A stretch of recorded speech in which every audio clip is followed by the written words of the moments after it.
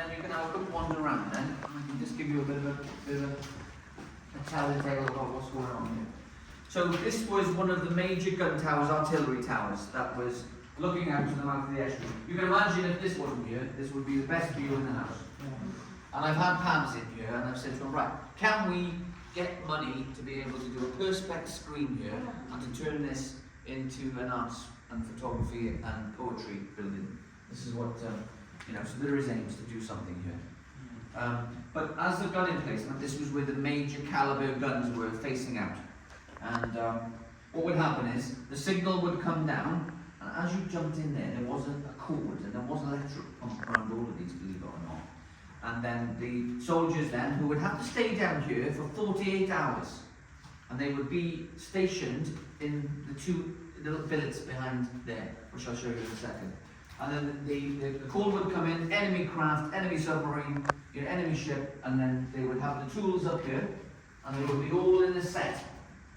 And they would pull the tools off, the gun would be central to here, and then they would get the caliber and the area and the grid, and the zeroing, and then they would fire.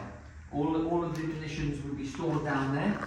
Down there we've got wild bats and different species of bats, so we've got to be protected down there. We don't allow anyone to go down there, but ultimately that's where they used to store all the big kind of bombs and stuff. So this is how it looked.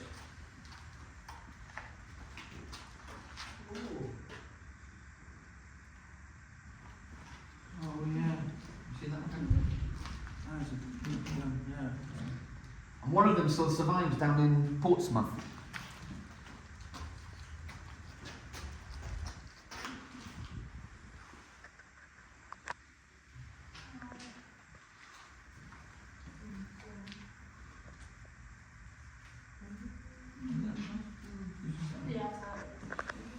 And just in case of a breach, because sometimes breaches when a missile or a bomb or would be loose, and some of the connections would be loose.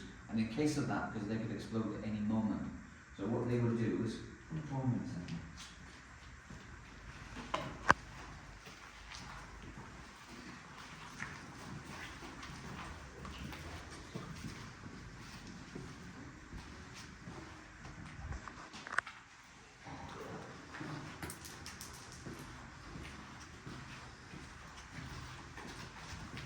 rating, isn't it?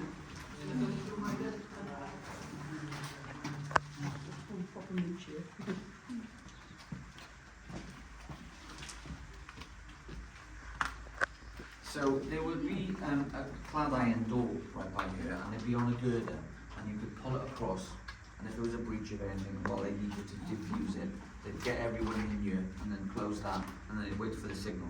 But there would be maybe 2 bunk beds there, and maybe another 2 bunk beds here. This was the fireplace they were standing on, and that would where they would have heated their food to be able to eat. Because even though this is really close to where we started the tour, actually they were stationed down here, so they couldn't leave for like maybe 2 days in some cases. So when they came down here, they stayed down here for 2 days, even though back there was their major billet. And what I'll show you is their billet now. So this is a map from 1938, and if you look, all of these are different accommodations. There was a doctor's office, there was a little shop, there was food, there was places to sleep, and where we are is 22.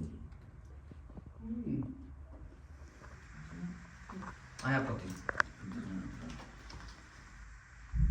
So we're at 22 there.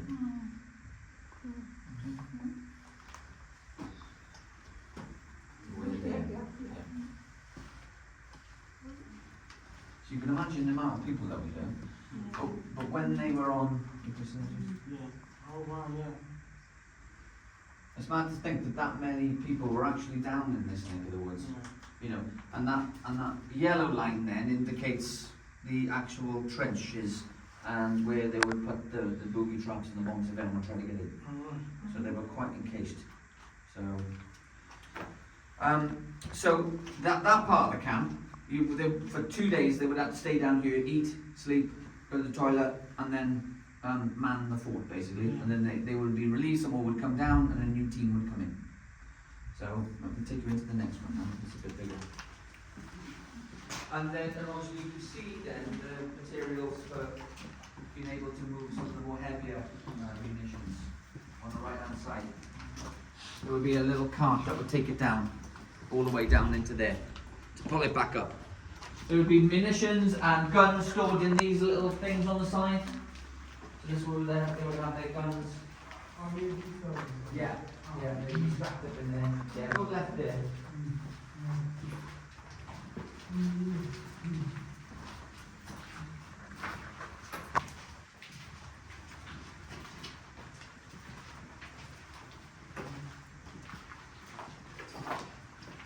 So this one looks just a little bit different, and this one I think they have a shower in this one. So this is where they had a shower.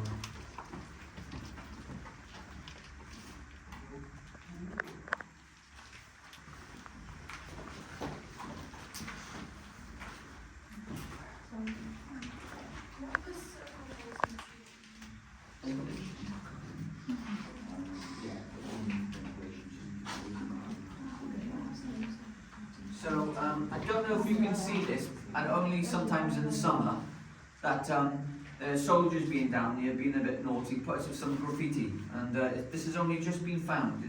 Sometimes it gives up secrets different times. So someone's drawn a lady there, like from the Second World War. So that's done by a soldier back in, probably the 1940s. And if you can just see, he's just put his name, Gary Reid. Scraped it into the walls. Yeah. Oh, I wouldn't mind getting a photo of that. So that's only, they've been lots of scholars and people from Canada come down for years down here, and that was only discovered about 2 years ago. Wow. Because of the dark and because of the damp conditions, sometimes the stone changes, but it's another bit to history, that's been connected. So again, they would probably be billeted in here on bunk beds, and if you look just behind you there, there's still part of wood still connected. And they used to shop at Tesco's, look, up on there on the right. To get their groceries. To get their coat from there, Yeah. And their rifles as well. And their rifles from Tesco's. Aldi, they went for rifles. Very good.